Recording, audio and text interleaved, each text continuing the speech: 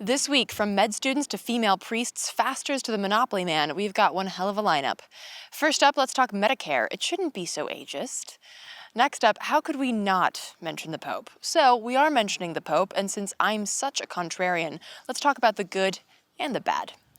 Next, we've got a fracking lowlife scum award, money in politics, and get ready to get cozy and design some graphics. But first, this is plastic. I bleed. This is plastic, but I bleed.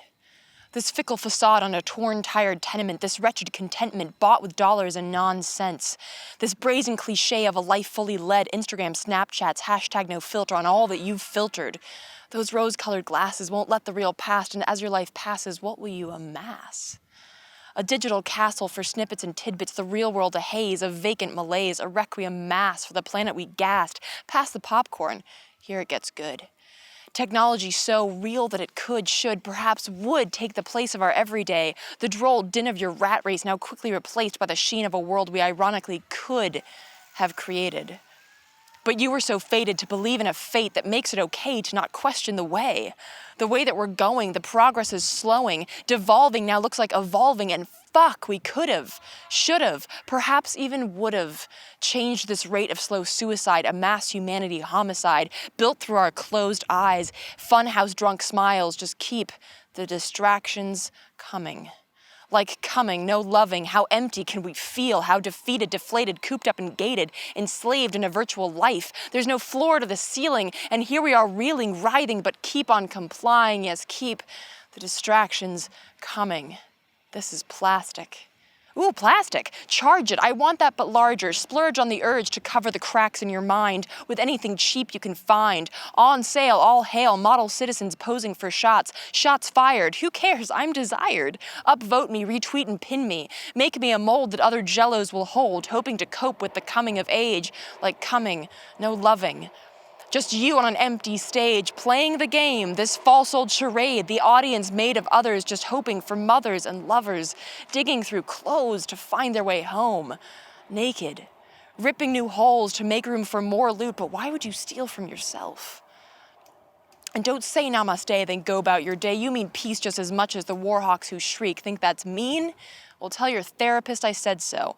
Just fucking let go of the pretense of caring. Selfies at soup kitchens, chic and so daring. Not really, no. You're vapid, it's plastic. I bleed. Am I better than you? No, not my game. I'm not in it for ranks on the fantasy team, the virtual party much less than it seems. Guess what? Beneath that plastic, the vapid and trashy attempt to be classy, you bleed too. Neath the thumbs up for the check to the homeless next to corporate goons eyeing your cleavage, you bleed, too. Neath the virtual gauze, your hemorrhaging gnaws, yes, somewhere beneath the plastic, you bleed. But the prick of your finger could let that thought linger, the crack in those glasses could let too much past, and how can we live in reality's sin, the din of all that we are, all that we've done? You just come undone. There's nothing to be done but wait for the end to come. Pass the popcorn, put on your glasses. This is the end, my friends. This is plastic. I bleed. From tweets to marching in the streets, this is Act Out.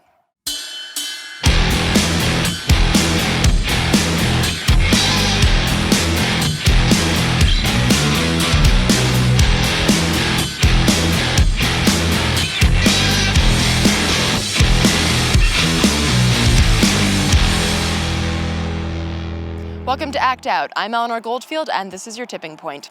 We have a lot to cover this week, from popes to propaganda, so let's jump immediately onto the front lines. First up tomorrow, 10/1, that's the hashtag, med students across the country are organizing teach-ins, rallies, and evening candlelight vigils to call for single-payer healthcare and to shine a light on our atrocious healthcare system. As the event page states, the Affordable Care Act is not affordable. It will still leave 30 million Americans uninsured and tens of millions underinsured. Tens of thousands of people die every year in this country just because they don't have health insurance. Medical problems are the leading cause of bankruptcy in the U.S. More absurdly, nearly 80% of those declaring bankruptcy due to medical debts already have insurance.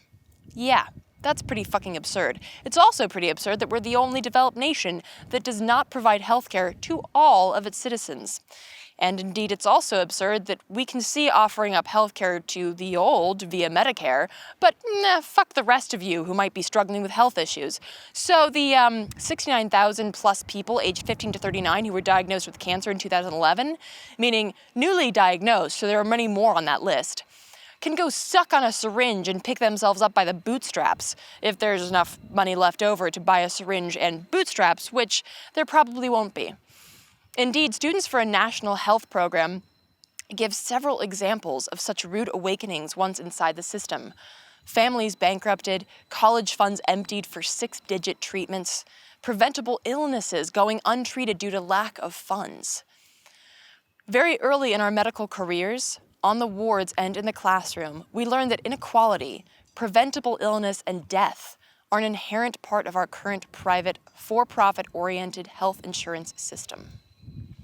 Well, at least someone's learning about income inequality in the classroom. That's a plus.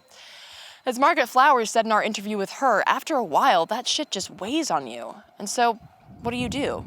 Well, you turn to activism.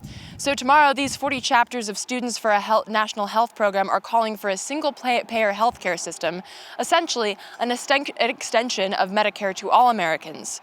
Fitting, as this year marks the 50th anniversary of Medicare. To learn more and join in the fight, visit student.pnhp.org and tweet and post about your feelings on healthcare and this broken system using the hashtags 10-1 and Medicare for All. Moving on, the Pope. Now, I'm not going to cover him petting the Obama's dogs or his motorcade or even his address to Congress. Why? Well, 2 reasons. Is a Pope petting a dog really fucking newsworthy? And 2, well, because, my friends, you can Google that shit. And I'm not trying to sound bitchy, I just sound like this. But really, there's absolutely no shortage of coverage of his address to Congress. How bitter does Boehner look in that image? I mean, shit, dude. You look like you're watching a homecoming queen give her speech. Buck up a little bit. Anyway, that aside, there's no shortage of the coverage on the Pope's visit. The address to Congress, his lunch with 300 homeless people, his blessing a kid or a politician or what have you. What I'm more interested in is the civil disobedience we saw during his visit. Several groups and organizations took advantage of the Pope's time here to show their discontent. Their discontent with this broken system and call for him to take their concerns to Congress, which would mean Pope Francis is the first South American ever to get through to Congress. But who am I kidding? His Holiness may have God on speed dial, but that won't stop members of Congress from brushing off his recommendations and good intentions. That we get serious about climate change, open up our borders, or indeed use politics to quote-unquote build as one the greatest common good. Fuck common good. So brush off they did. You only have to watch 30 seconds of corporate media to see how this guy is somehow the anti-pope, a socialist, a communist, and possibly even the antichrist, all at the same time. Still, to many right-wingers' dismay, the Pope did bring these issues to Congress, further solidifying his place as most popular pope ever. And I will get to that tricky concept in a second, but first, take a look at this slideshow of actions from the Pope's visit to D.C. Action and/or organization names and issues are included in the images. Take a look.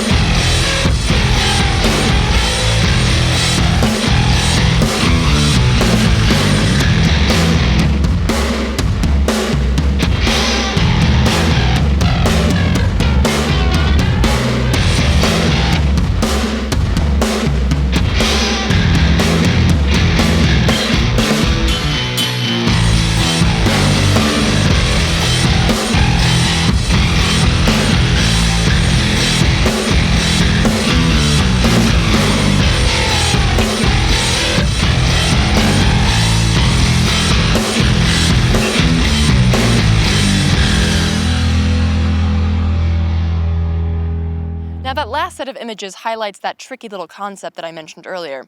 Despite what Fox News might tell you, the Pope is not, in fact, a liberal hero. And despite the fact that he makes right-wingers bash their heads into those Bibles that they like to wave around but never read, he's not a compassionate conservative either, something that Robin Williams once likened to a Volvo with a gun rack. Nope, the Pope is the Pope, and he takes a very popey stance on a lot of things, like women's rights. As one of the organizers of the female priest die-in, Janice Saver-Dushinska, said during an interview with Democracy Now!'s Amy Goodman, the whole idea of marginalizing women from the priesthood is sexism, and it's a sin. And it causes so much violence in the world not to have feminine images of God. In our liturgies, we use inclusive images of God, who is, of course, beyond gender. We also say that there's so much femicide in the world, killing of women, rape of women, abuse of women within families, and also from warmongering, another domination-subordination pattern. And so we say that we need women imaging the Imago Dei with our own sacred feminine bodies at the table. And finally, we need the Gospels interpreted from women's living and dying, from our perspectives, to give a fullness to the world. Very well said.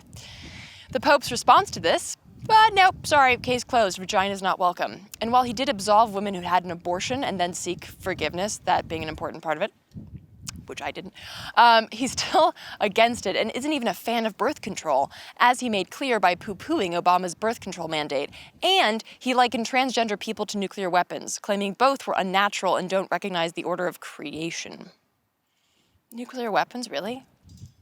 How about Twinkies? Assholishness aside, you could have chosen something less devastating to mankind than nuclear weapons. But anyway, my point is simply this. He is not this knight in white robes rolling towards salvation on a Pope-mobile powered by hope and change. He's the Pope. We can give him a thumbs up for bashing capitalism, for threatening Milanese arms dealers with excommunication, bringing up climate change, income inequality, and so forth, but we cannot cast him as a liberal hero. And here's perhaps the most important part of this whole popey rant. There is no liberal hero. Sure, there are people out there working their asses off to make this country less of a capitalist quagmire, but there is no one who can make up for your engagement. We have to be the catalysts of change. No dude in a dress, or out of a dress really, is going to fight and win this battle for us. And on that note, let's talk about being catalysts in this week's final Frontlines segment, with a bit of low-life scum sprinkled on the side. Now, before we get to that low-life scum award, let me give an earnest push to anyone in the San Francisco area to get up bright and early this coming Tuesday, October 6th, to support the fight against $1, one vote. A coalition of organizations will be holding a rally at the California Supreme Courthouse as the court decides on whether the people of California are allowed to call for an end to systemic corruption. Yeah, that's a real court case. So get out there and raise a fist and your voice bright and early for we, the people.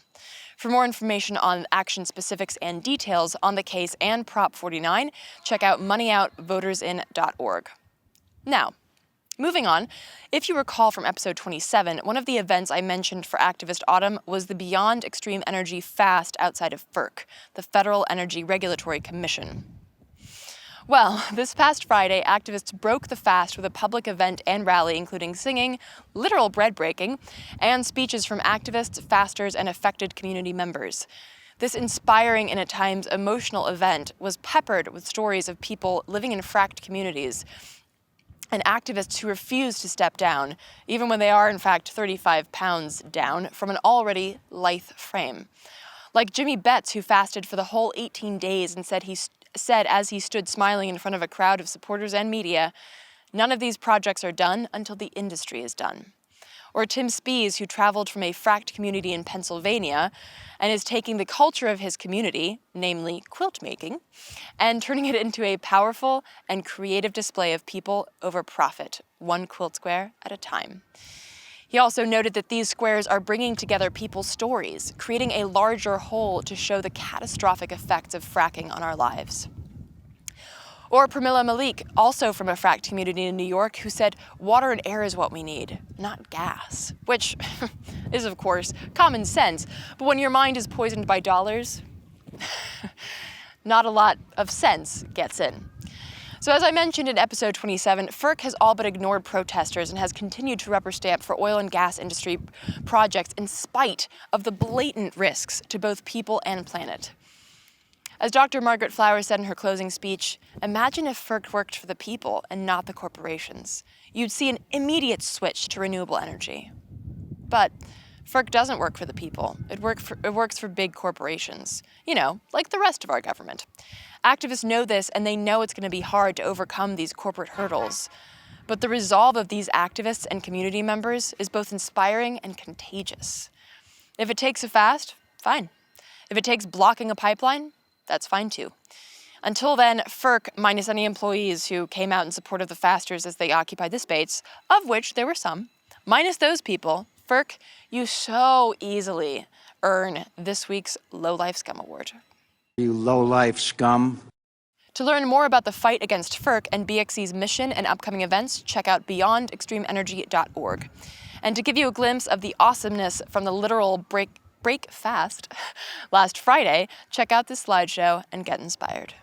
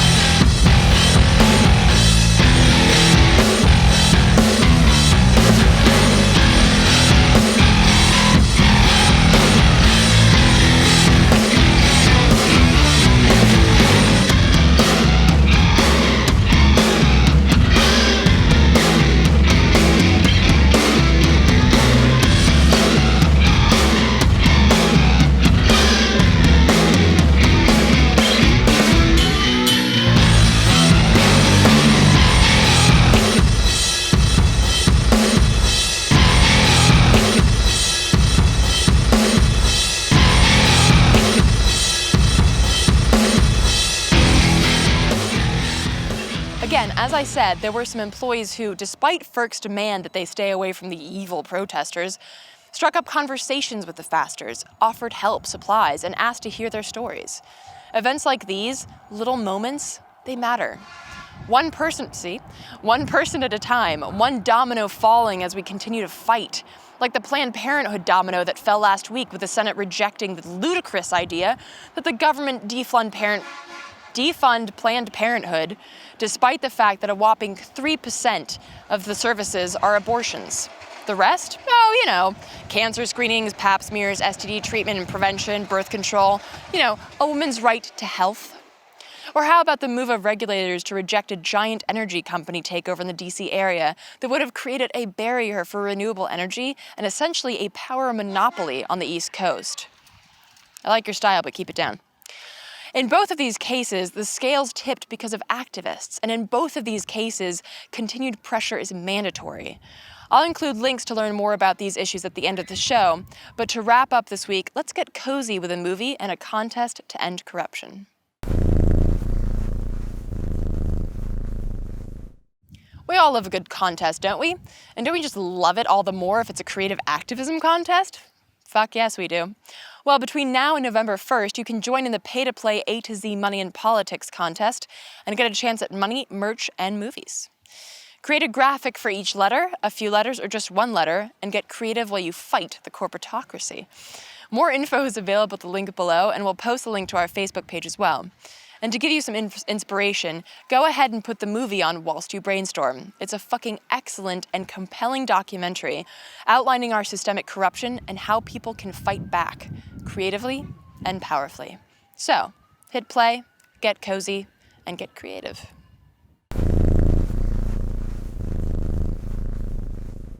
And that does it for this week's show. Thank you so much for watching. Please spread and share this episode and show with all of your friends, foes, and people you don't know. As always, check out the last slide to see all the sites that I mentioned, and there will also be a link to help support Occupy.com and the delicious dissent delivered daily thanks to donations like yours. It is a 501c3 nonprofit, so anything you can contribute is tax deductible and hugely appreciated. Be sure to follow us on Twitter, like us on Facebook, and subscribe on YouTube. From the train yard of the Devil's Den, good night and act out.